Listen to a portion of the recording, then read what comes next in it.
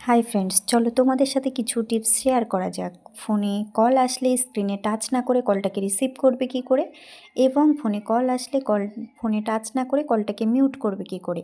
তার আগে আমার চ্যানেলে নতুন হলে চ্যানেলটাকে সাবস্ক্রাইব করে অলে ক্লিক করে পাশে থাকবে এরকম নতুন নতুন ভিডিও পেতে, এবং ফেসবুক থেকে দেখলে ফেসবুকটাকে ফলো করে রাখবে। তো চলো এবার দেখে নেওয়া যাক। আমাদের সেটিংসে যেতে হবে।